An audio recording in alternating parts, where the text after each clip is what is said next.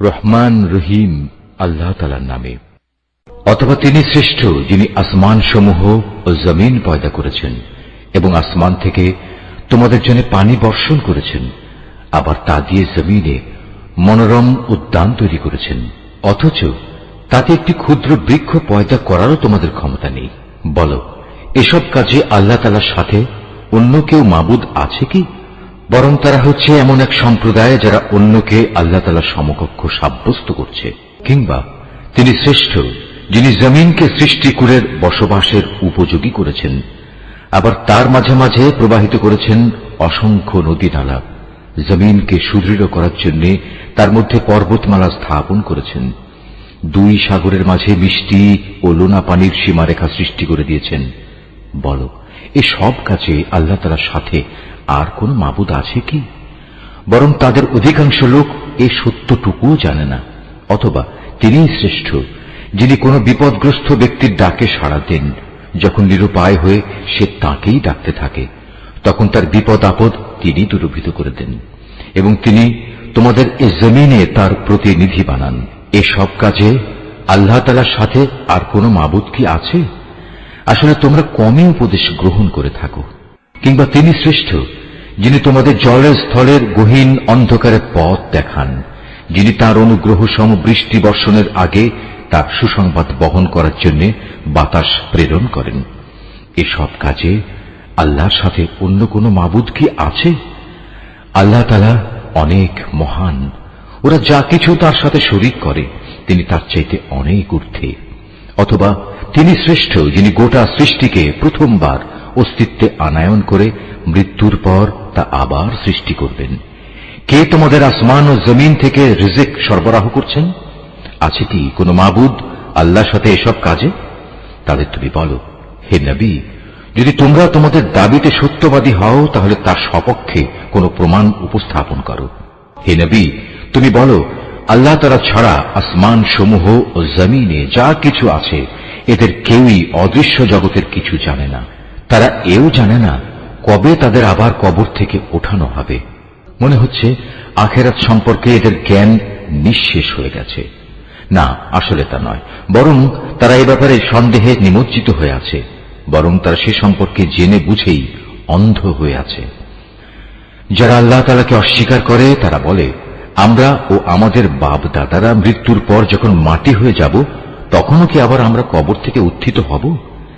এমন ধরনের ওয়াদা তো আমাদের সাথে এবং এর আগে আমাদের বাপ দাদাদের সাথেও করা হয়েছিল।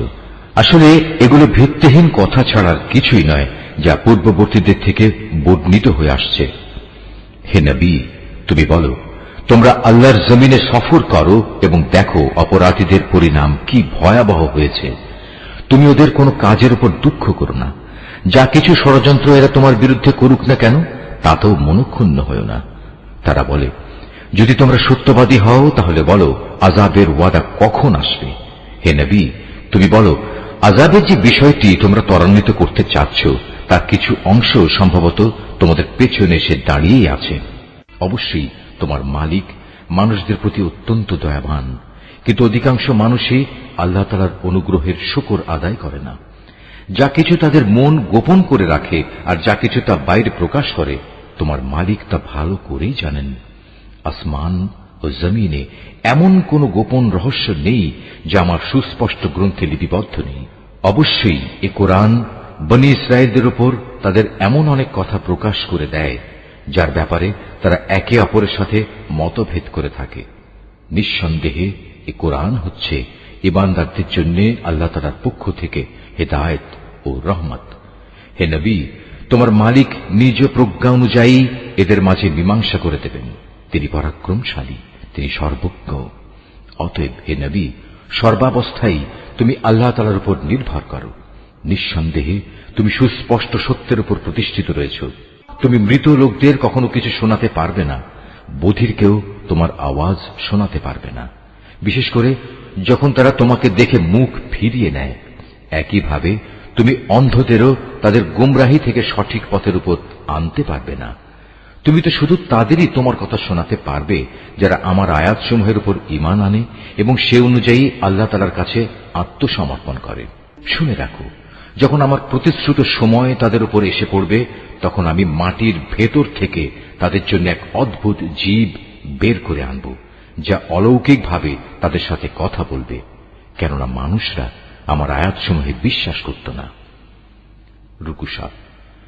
সেদিনের কথা ভাবো, যেদিন আমি প্রতিটি উম্মত থেকে এক একটি দলকে এনে জড়ো করব, যারা আমার আয়াতসমূহকে মিথ্যা প্রতিপন্ন করেছে। অতঃপর তাদের বিভিন্ন দলে উপদলে ভাগ করে দেয়া হবে। এমনি করে ওরা যখন আল্লাহ তাআলার সামনে হাজির হবে, তখন আল্লাহ তাআলা তাদের জিজ্ঞেস করবেন, তোমরা কি আমার আয়াতসমূহকে শুধু এ কারণেই অস্বীকার করেছিলে যে তোমাদের সীমিত জ্ঞান দিয়ে তোমরা সে আয়াতের মর্ম পর্যন্ত পৌঁছতেও পারোনি? বলো, তার সাথে তোমরা আর কি আচরণ করতে? যেহেতু এরা দুনিয়ার জীবনে নানা ধরনের জুলুম করেছে, তাই আজ এদের উপর আযাবের প্রতিশ্রুতি পুরো হয়ে যাবে। এরা আর কোন রকম উচ্চ বাচ্চাও করতে পারবে না। এরা কি দেখেনি আমি রাতকে এজন্যই তৈরি করেছি যেন তারা তাতে বিশ্রাম করতে পারে। অপরদিকে জীবিকার প্রয়োজনে দিনকে বানিয়েছি আলোক উজ্জ্বল। অবশ্যই এর দিবারাত্রির পার্থক্যের মাঝে তাদের জন্য অনেক নিদর্শন রয়েছে, যারা আল্লাহ তাআলার উপর ঈমান আনে। যেদিন সিঙায় ফু দেয়া হবে, যারা আসমান সমূহে আছে এবং যারা জমিনে আছে, তারা সবাই সেদিন ভীত সন্ত্রস্ত হয়ে পড়বে। তবে তাদের কথা আলাদা, যাদের আল্লাহ তাআলা এ থেকে বাঁচাতে চাইবেন। সবাই সেদিন তার সামনে অবনমিত অবস্থায় হাজির হবে। হে মানুষ, আজ তুমি পাহাড়কে দেখতে পাচ্ছ। তুমি মনে করে নিয়েছ তা অনড় হয়ে দাঁড়িয়ে আছে, কিন্তু কিয়ামতের দিন এ পাহাড়গুলোই মেঘের মতো উড়তে থাকবে। এটা আল্লাহ তাআলার সৃষ্টির শৈল্পিক নিপুণতা, যিনি প্রতিটি জিনিস মজবুত করে বানিয়ে রেখেছেন। তোমরা যা কিছু করছো, অবশ্যই আল্লাহ তাআলা সেসব ব্যাপারে সম্যক অবগত আছেন। সেদিন যে ব্যক্তি কোনো নেক কাজ নিয়ে আমার সামনে হাজির হবে, তাকে উৎকৃষ্ট প্রতিফল দেয়া হবে। এমন ধরনের লোকেরা সেদিনের ভীতিকর অবস্থা থেকেও নিরাপদ থাকবে। অপরদিকে যে ব্যক্তি কোন রকম মন্দ কাজ নিয়ে আসবে, তাদের সেদিন উল্টো করে আগুনে নিক্ষেপ করা হবে।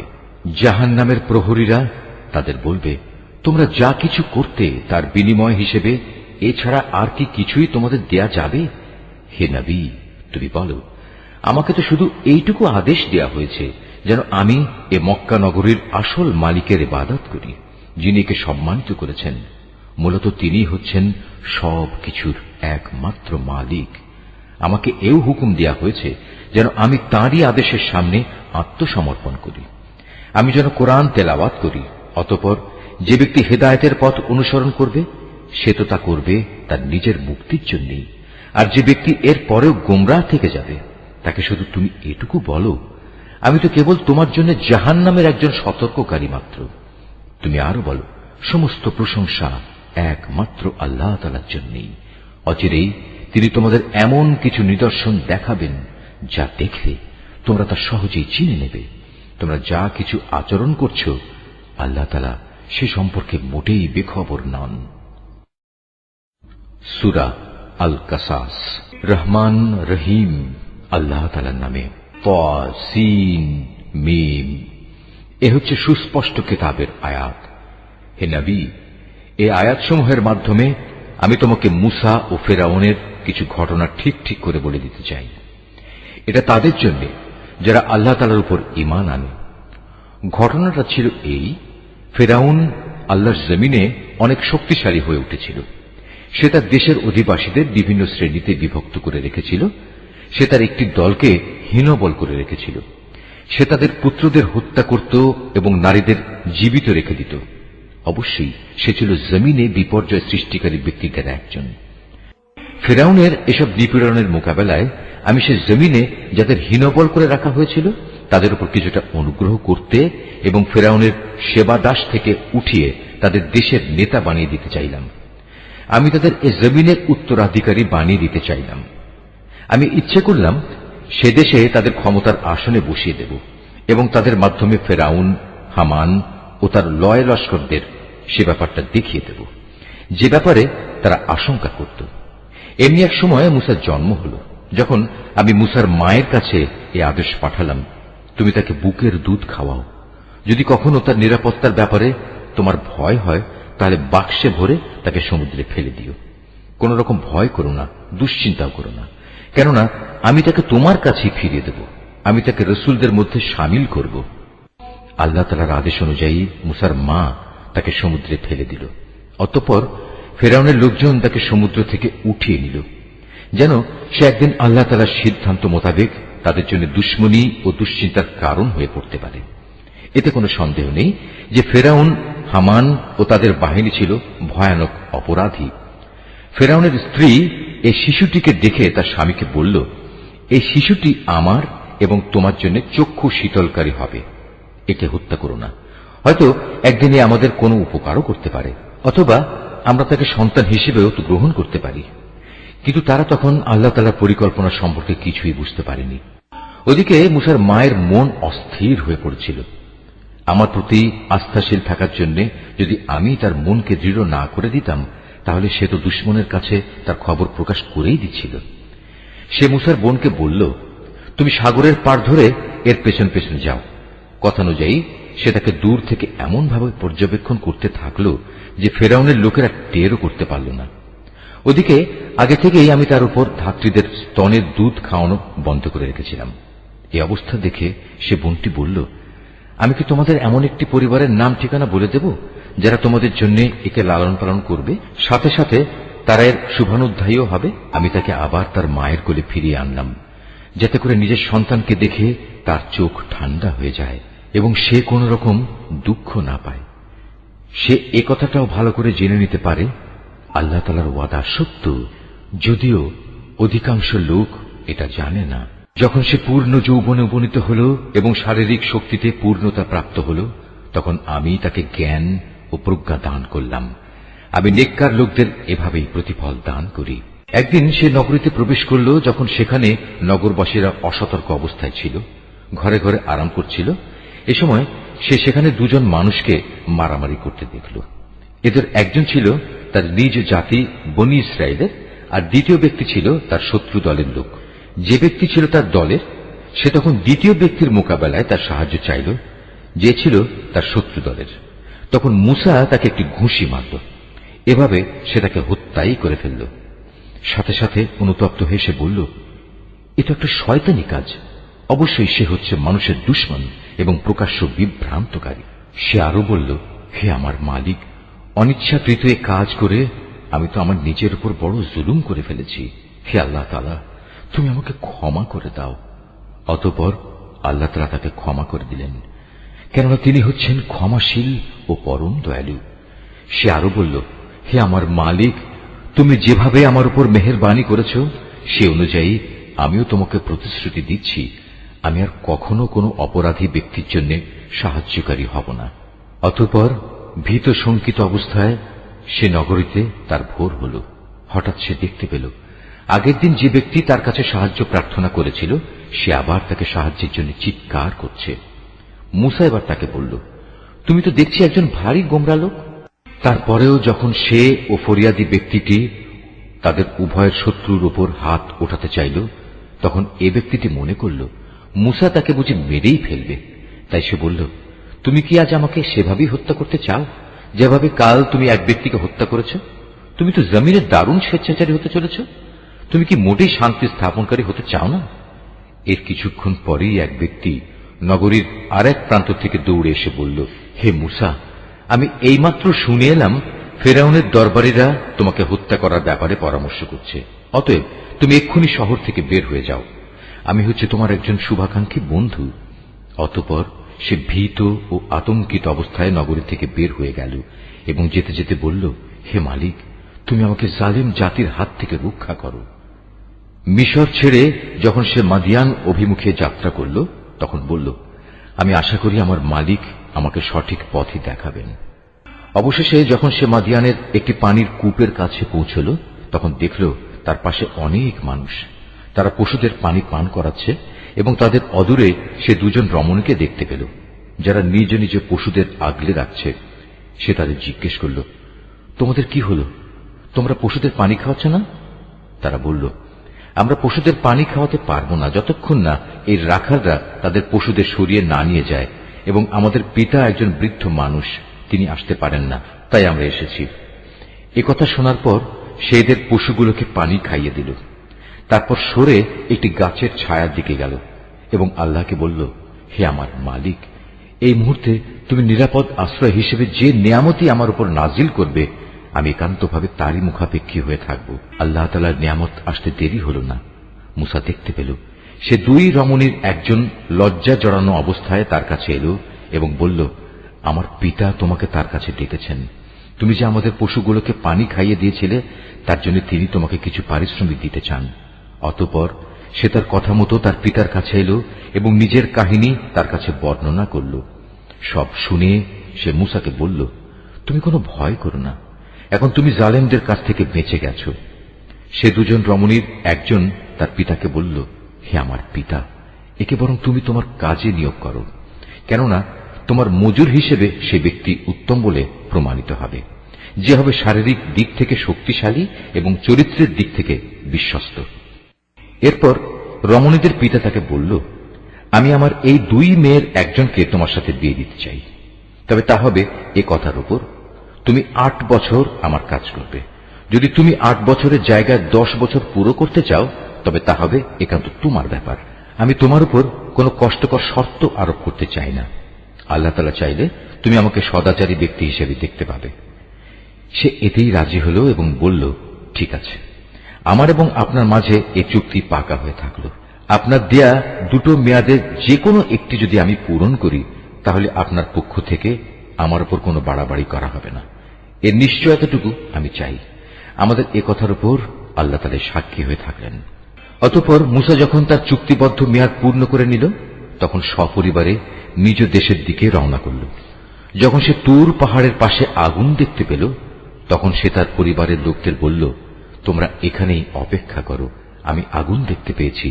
সম্ভবত আমি সেখান থেকে রাস্তাঘাট সম্পর্কিত কোনো খোঁজ খবর নিয়ে আসতে পারব, আর তা না হলে কমপক্ষে জ্বলন্ত আগুনের একটা টুকরো তো নিয়ে আসতেই পারব, যাতে তোমরা আগুন পোহাতে পারবে। যখন সে আগুনের কাছে পৌঁছল তখন উপত্যকার ডান পাশের পবিত্র ভূমিস্থিত একটি গাছ থেকে গায়েবী আওয়াজ এলো, হে মুসা, আমি আল্লাহ সৃষ্টিকুলের একমাত্র মালিক। তাকে আরো বলা হল, তুমি তোমার হাতের লাঠিটি জমিনে নিক্ষেপ করো। যখন সে তাকে দেখল তা জীবন্ত সাপের মতোই ছোটাছুটি করছে তখন সে উল্টো দিকে ছুটতে লাগলো, পেছনের দিকে তাকিয়েও দেখল না। তার প্রতি তখন আদেশ করা হল, হে মুসা, তুমি এগিয়ে এসো, ভয় পেও না, তুমি হচ্ছ নিরাপদ মানুষদেরই একজন। তুমি তোমার হাত তোমার বুক পকেটের ভেতর রাখো, দেখবে কোন রকম অসুস্থতা ছাড়াই তা উজ্জ্বল হয়ে বেরিয়ে আসবে। মন থেকে ভয় দূরীভূত করার জন্য তোমার হাতের বাজু তোমার বুকের সাথে মিলিয়ে রাখো। এ হচ্ছে ফেরাউন ও তার দলীয় প্রধানদের কাছে তোমার মালিকের পক্ষ থেকে নবুয়তের দুটো প্রমাণ। সত্যি তারা এক গুনাহগার জাতি। সে বলল, হে আমার মালিক, আমি নিতান্ত ভুলবশত তাদের একজন মানুষকে হত্যা করেছি, তাই আমার ভয় হচ্ছে তারা সে হত্যার প্রতিশোধ দিতে গিয়ে আমাকে মেরে ফেলবে। যেহেতু কথা বলার ব্যাপারে আমার জিহ্বার জড়তা আছে, তাই আমার ভাই হারুন সে আমার চাইতে ভালো করে কথা বলতে পারে, অতএব তুমি তাকে সাহায্যকারী হিসেবে আমার সাথে পাঠিয়ে দাও, যাতে করে সে আমাকে সমর্থন করতে পারে।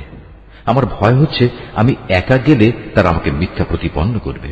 আল্লাহ তাআলা বললেন, তুমি চিন্তা করো না, আমি তোমার ভাইকে দিয়ে তোমার হাত শক্তিশালী করব এবং আমার আয়াতসমূহ দিয়ে আমি তোমাদের উভয়কে শক্তি যোগাব, ফলে তারা আর কখনো তোমাদের কাছে পৌঁছতে পারবে না। পরিশেষে তোমরা এবং তোমাদের অনুসারীরাই তাদের উপর বিজয়ী হবে। অতঃপর যখন মুসা আমার সুস্পষ্ট আয়াতসমূহ নিয়ে ওদের কাছে হাজির হল তখন তারা বলল, এ তো কতিপয় অলিক ইন্দ্রজাল ছাড়া আর কিছুই নয়। আমরা আমাদের বাপ দাতাদের জামানায় তো এমন কিছু ঘটতে শুনিনি। মুসা বলল, আমার মালিক ভালো করেই জানেন তার কাছ থেকে হেদায়েত নিয়ে কে এসেছে এবং সেদিনের মতো আজ কার পরিণাম কি হবে। তবে একথা ঠিক, জালেমরা কখনোই সফল হয় না। ফেরাউন বলল, হে আমার পারিষদরা, আমি তো জানি না আমি ছাড়া তোমাদের আরো কোনো মাবুদ আছে। অতঃপর সে হামানকে বলল, হে হামান, যাও আমার জন্য ইট তৈরির নিমিত্ত মাটিকে আগুনে পোড়াও, অতঃপর তা দিয়ে আমার জন্য একটি সুউচ্চ প্রাসাদ নির্মাণ করো, যেন আমি তাতে উঠে মুসার মাবুদকে দেখে নিতে পারি। আমি অবশ্য তাকে মিথ্যাই মনে করি। সে এবং তার বাহিনীর লোকেরা অন্যায়ভাবেই আল্লাহর জমিনে অহংকার করল। ওরা ধরে নিয়েছিল ওদের কখনো আমার কাছে ফিরে আসতে হবে না। অতঃপর আমি তাকে এবং তার গোটা বাহিনীকে ধরে সমুদ্রে নিক্ষেপ করলাম। অতএব হে নবী, তুমি দেখো বিদ্রোহ করলে জালেমদের পরিণাম কি ভয়াবহ হয়ে থাকে। আমি ওদের এমন সব লোকদের নেতা বানিয়েছি যারা জাহান্নামের আগুনের দিকেই ডাকবে। এ কারণেই কিয়ামতের দিন তাদের কোন রকম সাহায্য করা হবে না। দুনিয়ায় যেমন আমি তাদের পেছনে আমার লানত লাগিয়ে রেখেছি, তেমনি কিয়ামতের দিনও তারা নিতান্ত ঘৃণিত লোকদের মধ্যে সামিল হবে। অতীতের বহু মানব গোষ্ঠীকে আমার সাথে বিদ্রোহের আচরণের জন্য ধ্বংস করার পর আমি মুসাকে তাওরাত কেতাব দান করেছি। এ কেতাব ছিল মানুষদের জন্য জ্ঞান ও তত্ত্বকথার সমাহার। সর্বোপরি এ কেতাব ছিল তাদের জন্য হেদায়েত ও রহমত, যাতে করে তারা এ থেকে শিক্ষা গ্রহণ করতে পারে। হে নবী, মুসাকে যখন আমি আমার বিধান দিয়েছিলাম, তখন তুমি তুর পাহাড়ের পশ্চিম পাশে সে বিশেষ স্থানটিতে উপস্থিত ছিলে না, না তুমি এ ঘটনার প্রত্যক্ষদর্শীদের দলে সামিল ছিলে। তারপর আমি আরো অনেক মানব গোষ্ঠীর আবির্ভাব ঘটিয়েছিলাম। অতঃপর তাদের উপর বহু যুগ অতিবাহিত হয়ে গেছে যারা সে ঘটনার প্রত্যক্ষদর্শী ছিল।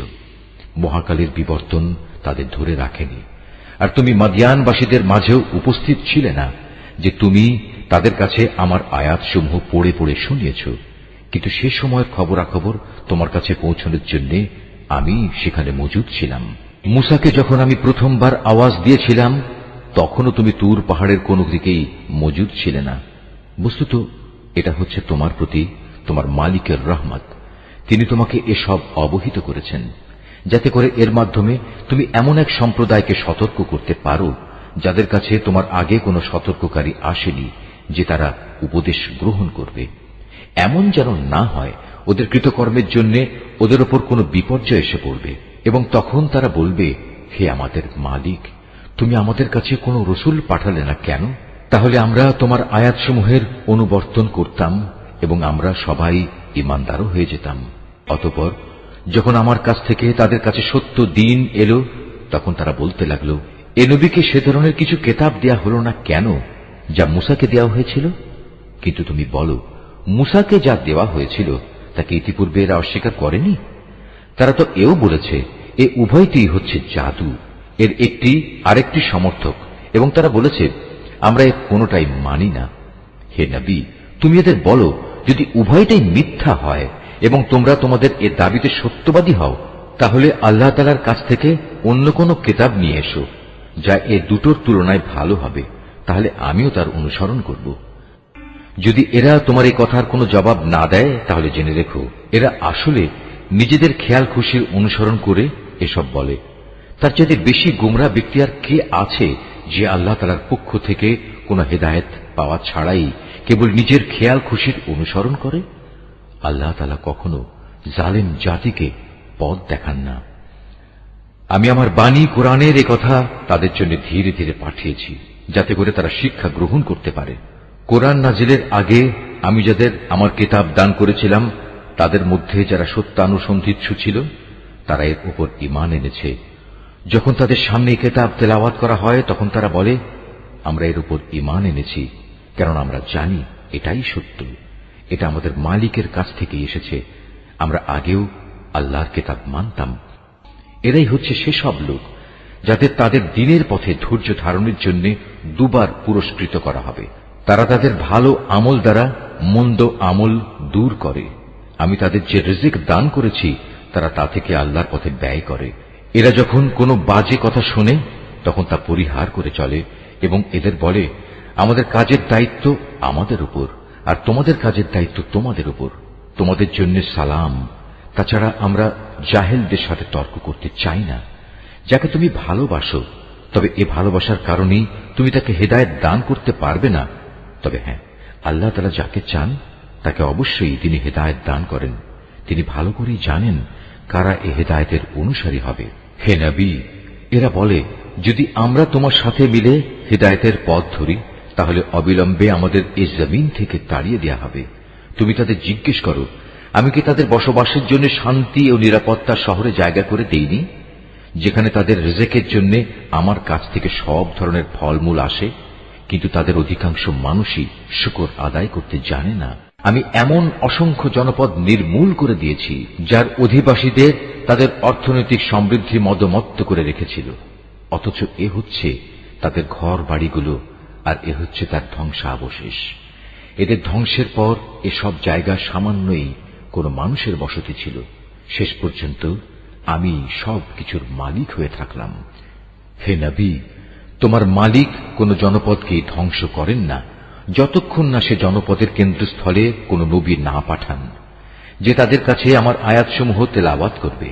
আমি জনপদসমূহ কখনো বরবাদ করি না যতক্ষণ না সেখানকার অধিবাসীরা জালিম হিসেবে পরিগণিত হয়ে যায়। তোমাদের যা কিছু দেয়া হয়েছে তা হচ্ছে কেবল এই অস্থায়ী পার্থিব জীবনের ভোগ বিলাস ও তার শোভা সামগ্রী মাত্র। মনে রাখবে, যা কিছু আল্লাহ তাআলার কাছে আছে তা এর চাইতে অনেক উৎকৃষ্ট এবং স্থায়ী। তোমরা কি বুঝতে পারো না? যাকে আমি জান্নাতের উত্তম প্রতিশ্রুতি দিয়ে রেখেছি এবং যে ব্যক্তি কিয়ামতের দিন তা পেয়েও যাবে, সে ব্যক্তি কি করে তার মতো হবে যাকে আমি পার্থিব জীবনের কিছু ভোগ সম্ভার দিয়ে রেখেছি এবং যাদের কিয়ামতের দিন আমার সম্মুখে তলব করা হবে? সেদিন আল্লাহ তাআলা তাদের ডাক দেবেন এবং বলবেন, আজ কোথায় আমার সেসব শরীক যাদের তোমরা আমার সার্বভৌমত্বে অংশীদার মনে করতে? আযাবের বিধান যাদের উপর কার্যকর হবে তারা তখন বলবে, হে আমাদের মালিক, এরাই হচ্ছে সেসব ব্যক্তি যাদের আমরা গোমরা করেছিলাম।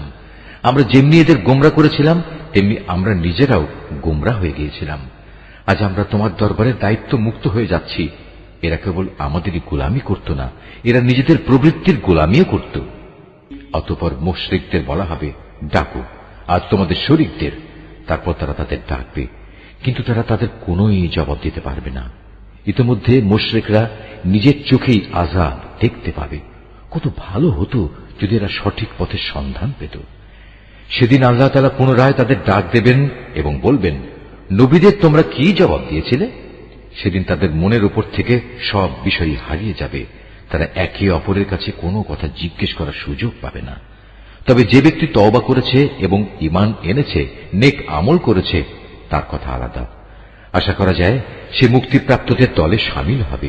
হে নবী, তুমি তাদের বলো, তোমার মালিক যা চান তাই তিনি পয়দা করেন এবং তাদের জন্য যে বিধান তিনি পছন্দ করেন তাই তিনি জারি করেন। এ ব্যাপারে তাদের কারোরই কোনো ক্ষমতা নেই। নিঃসন্দেহে আল্লাহ তাআলা মহান, ওদের শিরক থেকে তিনি অনেক ঊর্ধ্বে। তোমার মালিক আরো জানেন যা কিছু এদের অন্তর গোপন করে এবং যা কিছু এরা প্রকাশ করে। আর তিনি মহান আল্লাহ তাআলা, তিনি ছাড়া আর কোনো মাবুদ নেই। সমস্ত তারিফ তার জন্য দুনিয়াতে যেমন এবং আখিরাতেও তেমনি। আইন ও বিধান তাঁরই, তোমাদের তাঁর কাছেই ফিরে যেতে হবে। হে নবী, এদের জিজ্ঞেস করো, তোমরা কি কখনো ভেবে দেখেছ যদি আল্লাহ তাআলা রাতকে তোমাদের উপর কিয়ামতের দিন পর্যন্ত স্থায়ী করে দেন, তাহলে আল্লাহ তাআলা ছাড়া এমন কোন মাবুদ আছে যে তোমাদের একটুখানি আলো এনে দিতে পারবে? তারপরেও তোমরা কর্ণপাত করবে না? তুমি আরো বলো, তোমরা কখনো একথা কি ভেবে দেখেছ আল্লাহ তাআলা যদি দিনকেও রোজ কিয়ামত পর্যন্ত স্থায়ী করে তোমাদের উপর বসিয়ে দেন, তাহলে বলো, আল্লাহ তাআলা ছাড়া আর কোন মাবুদ আছে যে তোমাদের জন্য রাত এনে দিতে পারবে, যেখানে তোমরা এতটুকু বিশ্রাম নেবে? তোমরা কি আল্লাহ তাআলার এই নিয়ামত দেখতে পাও না? এটা তো তাঁরই রহমত যে তিনি তোমাদের জন্য রাত ও দিন বানিয়েছেন, যাতে করে তোমরা রাতে আরাম করতে পারো এবং দিনের বেলায় তার জীবিকার অনুগ্রহ সন্ধান করতে পারো, যেন তোমরা তার শুকর আদায় করতে পারো। সেদিন আবার আল্লাহ তাআলা তাদের ডাক দেবেন এবং বলবেন, কোথায় আজ আমার সেসব শরীক যাদের তোমরা আমার সার্বভৌমত্বে অংশীদার মনে করতে? সেদিন আমি প্রত্যেক জাতির মাঝ থেকে এক একজন সাক্ষী বের করে আনব। অতঃপর তাদের বলবো, তোমরা সবাই তোমাদের পক্ষে দলিল প্রমাণ হাজির করো। সেদিন ওরা সবাই বুঝতে পারবে যাবতীয় সত্য একমাত্র আল্লাহ তাআলার জন্যই নির্ধারিত। তারা আল্লাহ তাআলা সম্পর্কে যেসব কথা উদ্ভাবন করত তা নিমিষেই তাদের কাছ থেকে হারিয়ে যাবে। নিঃসন্দেহে কারুন ছিল মুসার জাতির লোক, কিন্তু তা সত্ত্বেও সে তার উপর ভারী জুলুম করেছিল। অথচ আমি তাকে এত বিশাল পরিমাণ ধনভাণ্ডার দান করেছিলাম যে তার ভাণ্ডারের চাবিগুলো বহন করা একদল শক্তিশালী লোকের পক্ষেও ছিল একটা কষ্টসাধ্য ব্যাপার। একবার তার জাতির লোকেরা তাকে বলল, ধন সম্পদ নিয়ে দম্ভ করো না, কেননা আল্লাহ তাআলা দাম্ভিকদের পছন্দ করেন না, এবং এই যে সম্পদ যা আল্লাহ তাআলা তোমাকে দিয়েছেন তা দিয়ে পরকালের কল্যাণ তালাশ করো, এবং দুনিয়া থেকে সম্পদের যে আসল অংশ পরকালে নিয়ে যেতে হবে তা ভুলে যেও না।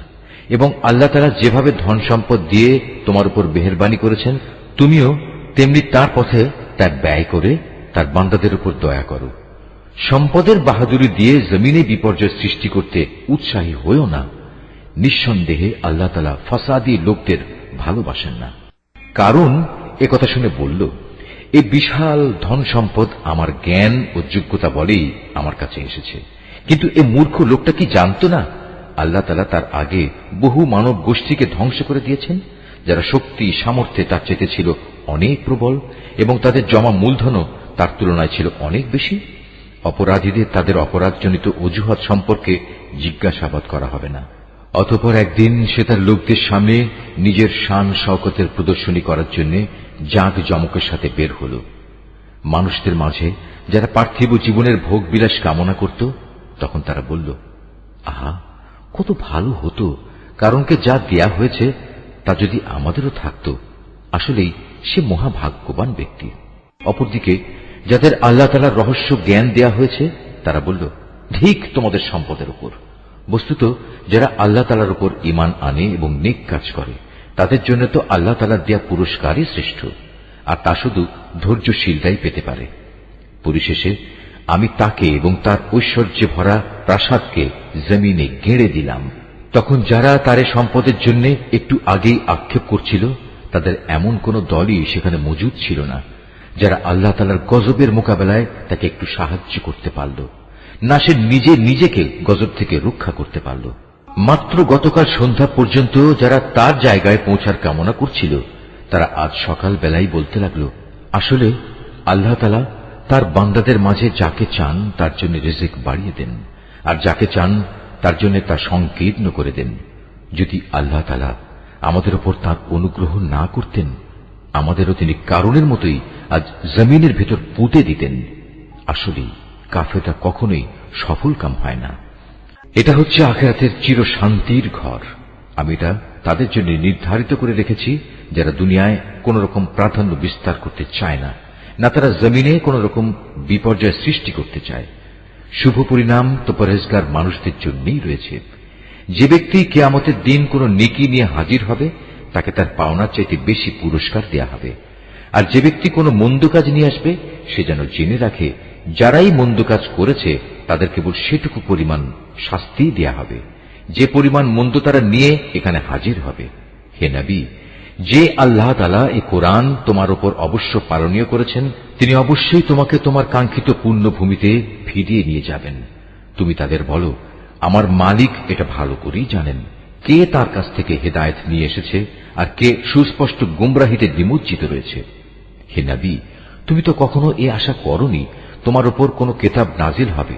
হ্যাঁ, এটা ছিল তোমার মালিকের একান্ত মেহেরবানি যে তিনি তোমাকে কিতাব দান করেছেন। সুতরাং তুমি কখনো সত্য প্রত্যাখ্যানকারী জালেমদের পক্ষ নেবে না। দেখো, এমন যেন কখনো না হয় যে তোমার উপর আল্লাহ তাআলার আয়াতসমূহ নাজিল হবার পর তারা তোমাকে এর অনুসরণ থেকে বিরত রাখবে। তোমার কাজ হবে তুমি মানুষদের তোমার মালিকের দিকে আহ্বান করবে এবং নিজে তুমি কখনো মুশরিকদের অন্তর্ভুক্ত হবে না। কখনো আল্লাহ তাআলার সাথে তুমি অন্য কোন মাবুদকে ডেকো না। তিনি ব্যতীত অন্য কোন মাবুদ নেইও।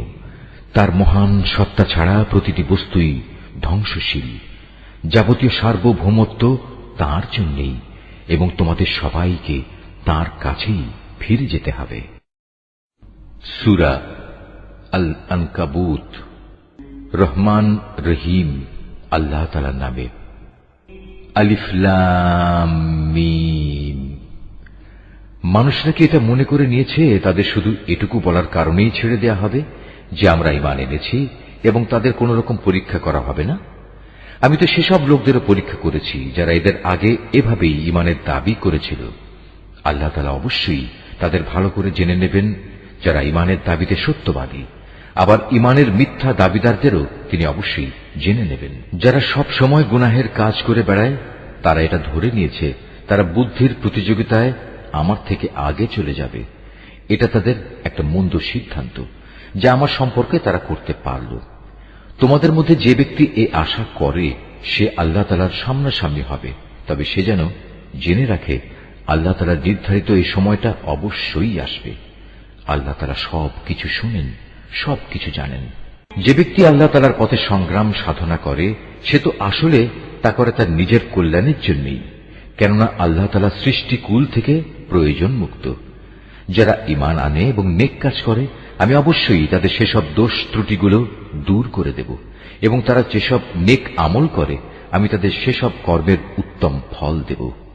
আমি মানুষকে তাদের পিতামাতার সাথে সদ্ব্যবহার করার আদেশ দিয়েছি, কিন্তু যদি কখনো তারা তোমাকে আমার সাথে কাউকে শরীক করার জন্য জবরদস্তি করে, যেহেতু এ ব্যাপারে তোমার কাছে কোন রকম দলিল প্রমাণ নেই, তাই তুমি তাদের কোনো আনুগত্য করো না, কেননা তোমাদের তো আমার কাছেই ফিরে আসতে হবে। আর তখন আমি অবশ্যই তোমাদের সব কিছু বলে দেব, তোমরা দুনিয়ার জীবনে কে কোথায় কি করতে। যারা আল্লাহ তাআলার উপর ঈমান এনেছে এবং নেক আমল করেছে আমি অবশ্যই তাদের নেক বান্দাদের অন্তর্ভুক্ত করে নেব। মানুষদের মাঝে কিছু এমনও আছে যারা মুখে বলে আমরা আল্লাহ তাআলার উপর ঈমান এনেছি, কিন্তু যখন তাকে আল্লাহর পথে চলার জন্য কষ্ট দেয়া হয় তখন তারা মানুষের এই পীড়নকে আল্লাহ তাআলার আযাবের মতোই মনে করে। আবার যখন তোমার মালিকের কোনো সাহায্য আসে তখন তারা মুসলমানদের বলতে থাকে আমরা তো তোমাদের সাথেই ছিলাম। এরা মনে করে আল্লাহ তাআলা সৃষ্টিকুলের মানুষদের অন্তরের গোপন বিষয় সম্পর্কে বুঝি মোটেই অবগত নন। আল্লাহ তাআলা অবশ্যই তাদের ভালো করে জেনে নেবেন যারা ঈমান এনেছে, আবার তিনি মুনাফিকদেরও ভালো করে জেনে নেবেন। কাফেররা ঈমানদারদের বলে তোমরা আমাদের পথের অনুসরণ করো, আমরা কিয়ামতের দিন তোমাদের গুনাহসমূহের বোঝা তুলে নেব। অথচ তারা সেদিন তাদের নিজেদের গুনাহসমূহের সামান্য পরিমাণ বোঝাও উঠাতে পারবে না। এরা আসলেই মিথ্যাবাদী। কিয়ামতের দিন এরা অবশ্যই তাদের নিজেদের গুনাহের বোঝা উঠাবে, তারপর তাদের এ বোঝার সাথে থাকবে তোমাদের বোঝাও। দুনিয়ার জীবনে যত মিথ্যা কথা তারা উদ্ভাবন করেছে তাদের অবশ্যই সে ব্যাপারে সেদিন প্রশ্ন করা হবে। আমি নূহকে তার জাতির কাছে পাঠিয়েছিলাম, সে ওদের মাঝে অবস্থান করল 50 কম 1000 বছর। তারা যখন তার কথা শুনল না তখন মহাপ্লাবন এসে তাদের পাকড়াও করল। মূলত তারা ছিল বড়ই জালেম। এ মহাপ্লাবন থেকে আমি তাকে এবং তার সাথে নৌকার আরোহীদের রক্ষা করেছি, আর আমি এই ঘটনাকে সৃষ্টিকুলের মানুষদের জন্য একটি নিদর্শন বানিয়ে রেখেছি। আর যখন ইব্রাহিম তার জাতিকে বলল তোমরা এক আল্লাহ তাআলার ইবাদত করো এবং তাকেই ভয় করো, এটাই তোমাদের জন্য ভালো যদি তোমরা বুঝতে পারো। তোমরা তো আল্লাহ তাআলাকে বাদ দিয়ে কেবল মূর্তিসমূহের পূজা করো এবং স্বয়ং আল্লাহ তাআলা সম্পর্কে মিথ্যা কথা উদ্ভাবন করো। আল্লাহ তাআলাকে বাদ দিয়ে যেসব মূর্তির তোমরা পূজা করো তারা তোমাদের কোন রকম রিজিকের মালিক নয়। অতএব তোমরা একমাত্র আল্লাহ তাআলার কাছেই রিজিক চাও, শুধু তারই ইবাদত করো এবং তার নিয়ামতের শুকর আদায় করো, কেননা তোমাদের তার কাছেই ফিরে যেতে হবে। আর যদি তোমরা আমার নবীকে মিথ্যা প্রতিপন্ন করো তাহলে জেনে রেখো তোমাদের আগের জাতির লোকেরাও তাদের জমানার নবীদের মিথ্যা প্রতিপন্ন করেছে। মূলত সুস্পষ্ট রূপে মানুষদের কাছে আল্লাহর কথা পৌঁছে দেয়াই হচ্ছে রসুলের কাজ। এই লোকেরা কি লক্ষ্য করে না কিভাবে আল্লাহ তাআলা প্রথমবার তার সৃষ্টিকে অস্তিত্ব দান করলেন, কিভাবে তাকে আবার জীবিত করবেন? অবশ্য এই দ্বিতীয়বার সৃষ্টি করার কাজটা আল্লাহ তাআলার কাছে নিতান্ত সহজ। হে নবী, তুমি বলো তোমরা আল্লাহর জমিনে পরিভ্রমণ করো এবং এর সর্বত্র দেখো কিভাবে আল্লাহ তাআলা তার সৃষ্টিকে প্রথমবার অস্তিত্বে আনেন এবং একবার ধ্বংস হয়ে গেলে কিভাবে আবার তিনি তা পুনর্বার পয়দা করেন। নিঃসন্দেহে আল্লাহ তাআলা সব কিছুর উপর প্রবল ক্ষমতাবান। তিনি যাকে চান তাকে শাস্তি দেন, আবার যাকে চান তাকে ক্ষমা করে তার উপর অনুগ্রহ করেন। সর্বাবস্থায় তোমাদের তার দিকেই ফিরে যেতে হবে। তোমরা জমিনের অতলে যেমন আল্লাহ তাআলাকে তার পরিকল্পনায় অক্ষম করে দিতে পারবে না, তেমনি পারবে না আসমানের কোন চূড়ায়ও। বস্তুত আল্লাহ তাআলা ছাড়া তোমাদের কোনো অভিভাবক নেই, নেই কোনো সাহায্যকারীও। যারা আল্লাহ তাআলার আয়াতসমূহ ও তার সামনাসামনি হওয়া অস্বীকার করে, মূলত সেসব লোক আমার অনুগ্রহ থেকে নিরাশ হয়ে গেছে। আর এরাই হচ্ছে সেসব মানুষ যাদের জন্য রয়েছে মর্মন্তুদ শাস্তি। অতঃপর তাদের ইব্রাহিমের জাতির কাছে এছাড়া আর কোনো জবাব থাকল না, যে তারা বলতে লাগলো একে মেরেই ফেলো কিংবা তাকে আগুনে পুড়িয়ে দাও। অতঃপর তারা যখন তাকে আগুনে নিক্ষেপ করল তখন আল্লাহ তাআলা তাকে জ্বলন্ত আগুন থেকে উদ্ধার করলেন। অবশ্যই মুমিন জাতির জন্য এ ঘটনার মাঝে আল্লাহ তাআলার কুদরতের অনেক নিদর্শন মজুদ রয়েছে। ইব্রাহিম বলল, হে আমার জাতির লোকেরা, তোমরা তোমাদের পার্থিব জীবনে একে অপরের প্রতি ভালোবাসা বৃদ্ধির খাতিরে আল্লাহ তাআলাকে বাদ দিয়ে নিজেদের হাতে গড়া মূর্তিগুলোকে নিজেদের মাবুদ ধরে নিয়েছ। অথচ কিয়ামতের দিন তোমাদের এই ভালোবাসার একজন ব্যক্তি আরেকজনকে চিনতেও অস্বীকার করবে। তারা তখন একজন আরেকজনকে অভিশাপ দিতে থাকবে। পরিশেষে তোমাদের সবার চূড়ান্ত ঠিকানা হবে জাহান্নাম, আর সেদিন কেউই তোমাদের কোন রকম সাহায্য করবে না। অতঃপর লূত তার উপর ঈমান আনল। ইব্রাহিম বলল, আমি এবার আমার মালিকের বলে দেয়া স্থানের দিকে হিজরত করছি। অবশ্যই তিনি মহাপরাক্রমশালী ও বিজ্ঞ কুশলী। অতঃপর আমি তাকে ছেলে হিসেবে ইসহাক ও নাতি হিসেবে ইয়াকুব দান করলাম। তার বংশধারায় আমি নবুয়ত ও কিতাব নাজিলের ধারা অব্যাহত রাখলাম। নবুয়ত দ্বারা আমি দুনিয়াতেও তাকে পুরস্কৃত করলাম, আর আখিরাতে সে অবশ্যই আমার নেক বান্দাদের দলে শামিল হবে। আর আমি লূতকে তার লোকদের কাছে পাঠিয়েছিলাম, যখন সে তার জাতিকে বলল, তোমরা এমন এক অশ্লীল কাজ নিয়ে এসেছ যা ইতিপূর্বে সৃষ্টিকুলের কোন মানুষই করেনি। তোমাদের এ কি হল? তোমরা কি তোমাদের কামনা বাসনার জন্য মহিলাদের বাদ দিয়ে পুরুষদের কাছে হাজির হচ্ছ, এবং এ উদ্দেশ্যে আল্লাহ তাআলার নির্ধারিত পথ তোমরা প্রকারান্তরে কেটে দিচ্ছ, এবং তোমরা তোমাদের ভরা মজলিসে এ অশ্লীল কাজে লিপ্ত হচ্ছ। তাদের লূতের জাতির মানুষের কাছেও এছাড়া আর কিছুই বলার ছিল না যে তারা বলল, হ্যাঁ যাও নিয়ে এসো আমাদের উপর আল্লাহর আযাব, যদি তুমি তোমার আযাবের ওয়াদায় সত্যবাদী হও। এ কথা শুনে সে আল্লাহর দরবারে ফরিয়াদ করে বলল, হে আমার মালিক, এই ফাসাদি জাতির মোকাবেলায় তুমি আমায় সাহায্য করো। অতঃপর যখন আমার পাঠানো ফেরেশতারা একটা সুখবর নিয়ে ইব্রাহিমের কাছে এলো, তখন তারা বলল, আমরা লূতের এ জনপদের অধিবাসীদের ধ্বংস করব, কেননা তার অধিবাসীরা বড় জালেম। এ কথা শুনে সে বলল, তা কি করে সম্ভব? সেখানে তো নবী লূতও রয়েছে। তারা বলল, আমরা ভালো করে জানি সেখানে কে কে আছে। আমরা লূত এবং তার পরিবারের লোকজনদের অবশ্যই রক্ষা করব, তবে তার স্ত্রীকে নয়। সে আযাবে পড়ে থাকা লোকদের দলে শামিল হবে। তারপর যখন সত্যি আমার পাঠানো ফেরেশতারা লূতের কাছে এলো, তখন তাদের এই আশাটায় লূত খুবই বিষণ্ণ মনা হল। এদের সম্মান রক্ষা করতে পারবে না কারণে তার মন ভেঙে গেল। ওরা এটা দেখে বলল, হে লূত, তুমি ভয় পেও না, তুমি দুশ্চিন্তাগ্রস্তও হয়েও না। আমরা তুমি এবং তোমার পরিবার পরিজনদের রক্ষা করব, তবে তোমার স্ত্রীকে নয়। সে তো আযাবে পড়ে থাকা ব্যক্তিদেরই একজন। আমরা অচিরে এ জনপদের বাকি অধিবাসীদের উপর আসমান থেকে এক ভীতিকর আযাব নাজিল করব, কেননা এরা ছিল ভীষণ গুনাহগার জাতি। একদিন সত্যি সত্যি আমি জনপদকে উল্টে দিয়েছি, এবং তখন থেকে আমি এটিকে জ্ঞানবান সম্প্রদায়ের জন্য একটি সুস্পষ্ট নিদর্শন করে রেখে দিয়েছি। আমি মাদিয়ানের কাছে তাদের ভাই শোয়াবকে পাঠিয়েছি। তখন সে তাদের বলল, হে আমার জাতি, তোমরা এক আল্লাহ তাআলার ইবাদত করো এবং পরকাল দিবসের পুরস্কারের আশা করো। আল্লাহর জমিনে তোমরা বিপর্যয় সৃষ্টি করো না। কিন্তু তারা তাকে মিথ্যা সাব্যস্ত করল। অতঃপর প্রচন্ড ভূমিকম্প তাদের পাকড়াও করল, ফলে তারা নিজ নিজ ঘরেই উপুর হয়ে পড়ে থাকল। আদ এবং সামুদকেও আমি ধ্বংস করেছিলাম। তাদের ধ্বংসপ্রাপ্ত বসতি থেকেই তো তোমাদের কাছে আযাবের সত্যতা প্রমাণিত হয়ে গেছে। শয়তান তাদের কাজ তাদের সামনে শোভন করে রেখেছিল, এবং এ কৌশলে সে তাদের সঠিক রাস্তা থেকে ফিরিয়ে রেখেছিল। অথচ তারা তাদের অন্য সব ব্যাপারে ছিল দারুণ বিচক্ষণ। কারুন, ফেরাউন এবং হামানকেও আমি ধ্বংস করেছি। মূসা তাদের কাছে আমার সুস্পষ্ট আয়াত নিয়ে এসেছিল, কিন্তু তারা তাকে মানার বদলে জমিনে বড় বেশি অহংকার করেছিল। অথচ তারা কোনো অবস্থায় আমার আযাব থেকে পালিয়ে আগে চলে যেতে পারল না। অতঃপর এদের সবাইকেই আমি তাদের নিজ নিজ গুনাহের কারণে পাকড়াও করেছি। এদের কারো উপর প্রচন্ড ঝড় পাঠিয়েছি, কাউকে মহাগর্জন এসে আঘাত এনেছে, কাউকে আমি জমিনের নিচে গেঁড়ে দিয়েছি, আবার কাউকে আমি পানিতে ডুবিয়ে দিয়েছি। মূলত আল্লাহ তাআলা এমন ছিলেন না যে তিনি এদের উপর কোন জুলুম করেছেন।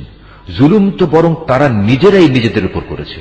যেসব লোক আল্লাহ তাআলার বদলে অন্যকে নিজেদের অভিভাবক হিসেবে গ্রহণ করে, তাদের দৃষ্টান্ত হচ্ছে মাকড়সার মতো।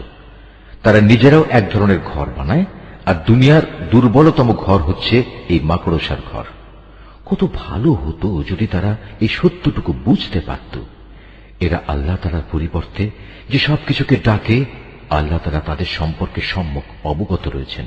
তিনি মহাপরাক্রমশালী, প্রবল, প্রজ্ঞাময়।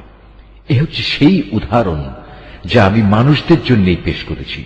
কেবল জ্ঞানী ব্যক্তিরাই তা বুঝতে পারে। আল্লাহ তাআলা আসমান সমূহ ও জমিন যথাযথভাবে সৃষ্টি করেছেন। বস্তুত এতে ঈমানদারদের জন্য আল্লাহ তাআলার অস্তিত্বের পক্ষে বড় প্রমাণ রয়েছে। নিশ্চয়ই আল্লাহ যা বলেছেন সত্য বলেছেন।